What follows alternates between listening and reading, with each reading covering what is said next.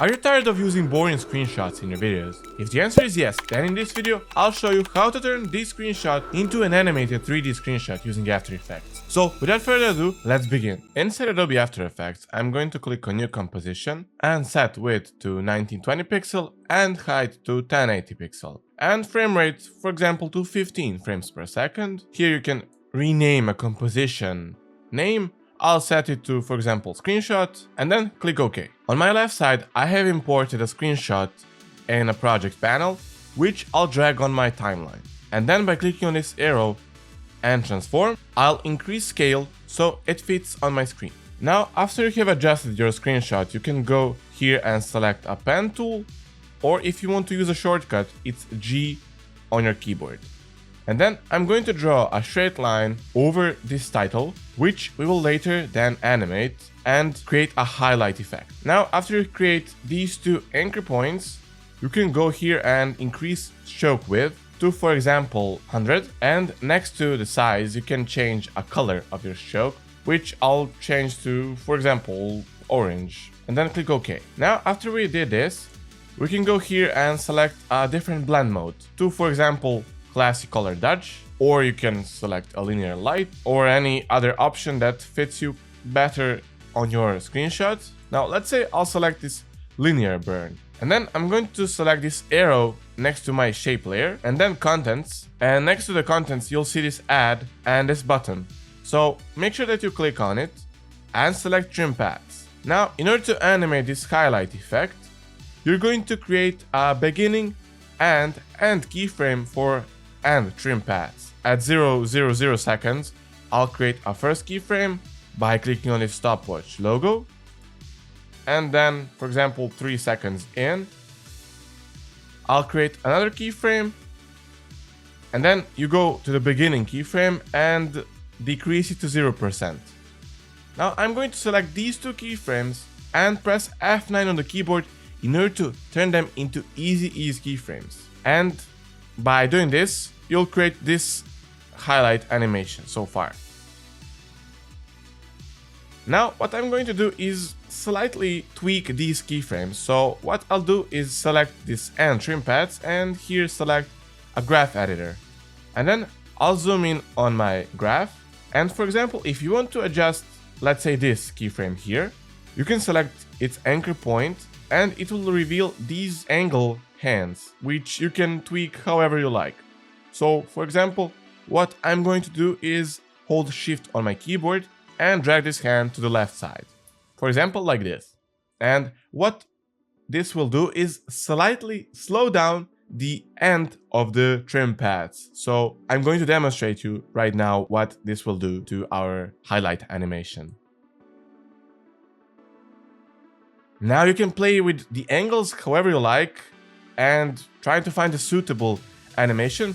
But I'm going to move on to the second step, which is the fake 3D effect. So I'm going to select these two layers and turn them into one composition. I'll rename it to, for example, screen, and then click OK. Now here you'll see a 3D layer, which you can select, and this will allow us to manipulate this composition in a fake 3D environment. So I'm going to select this arrow and transform, and here I'm going to play with X, Y, and Z rotation. So what I want to do is slightly adjust X, Y, and Z rotation values in order to achieve a fake 3D look. So for example, I'm going to start with Y rotation. So I'm going to slightly decrease it to -20 degrees, and maybe let's decrease also Z rotation, like this maybe. And for example, X rotation, let's decrease it also. Now, what I'm going to do is go back to the 0 second mark and increase scale to, for example, 137. And I'm going to adjust the position values so it fits better on my screen, or maybe 163% for scale. And then I'm going to adjust the position of my screen so it starts from here and till the 4th second. We're going to move our screenshot, for example, here. So I'm going to create a beginning keyframe for position here and move my screenshot like this, and then go to forward second and create another keyframe and move my screen here. Now what we can also do is animate a zoom in effect. So I'm going to create a scale keyframe here and here. And here I'm going to increase scale even more, for example, like this. Now let's see what we made so far. Now this might look boring, so I'm going to repeat the process as I did previously with highlight effect, and I'm going to turn these keyframes into easy ease, and then I'm going to additionally tweak the angles of these keyframes. So I'm going to select these keyframes, press F9 on the keyboard, and open a graph editor. And for example, slightly tilt the AND keyframe, like I previously did for the highlight effect. Now for position, I'm going to hold Alt on my keyboard and select this stopwatch here. And this will open the expression panel. And here you can type any code you want. And I'll go here and property and select a smooth.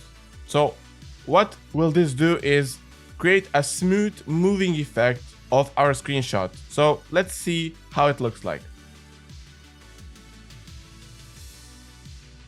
Now, if this seems a little bit choppy for you, you can go to composition and increase the frame rate to, for example, 18, 20, or even 24 frames per second. But I really do not recommend going over that. Stick to the 24 frames per second as a max. So I'm going to change the frame rate to, for example, 18, and then click OK. And this will probably slightly decrease the choppiness of our animation, but if you're okay with how choppy it looked like before, you can stick to the 15 frames per second.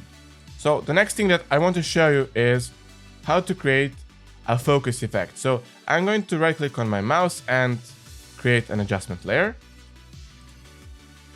And then in effects and presets, I'm going to find a Gaussian blur effect. And then I'll drag it on my adjustment layer. And here you can increase the blurriness to whatever amount you want. For example, 8.7. And blur dimensions to horizontal and vertical. And then I'm going to create a mask for this adjustment layer. So mask and new mask. And here I'm going to select ellipse tool and create an ellipse like this. And I'm going to delete the first mask. And here also select an inverted checkbox. You can additionally increase the blurriness if you want to, for example, 22. And now I'm going to add a slight adjustments to the mask. So for example, you can increase mask feather and even mask expansion to reach the main goal of that smooth effect of focus. So I'm going to play with these amounts. For example, I'm going to increase mask feather to 22 and mask expansion to, let's say, 17. And what you want to achieve is that smooth transition between the non-blurred part and that blur mask that we previously created. Now, this is the focus effect. But what you can also create is a similar effect, but that does not involve Gaussian blur.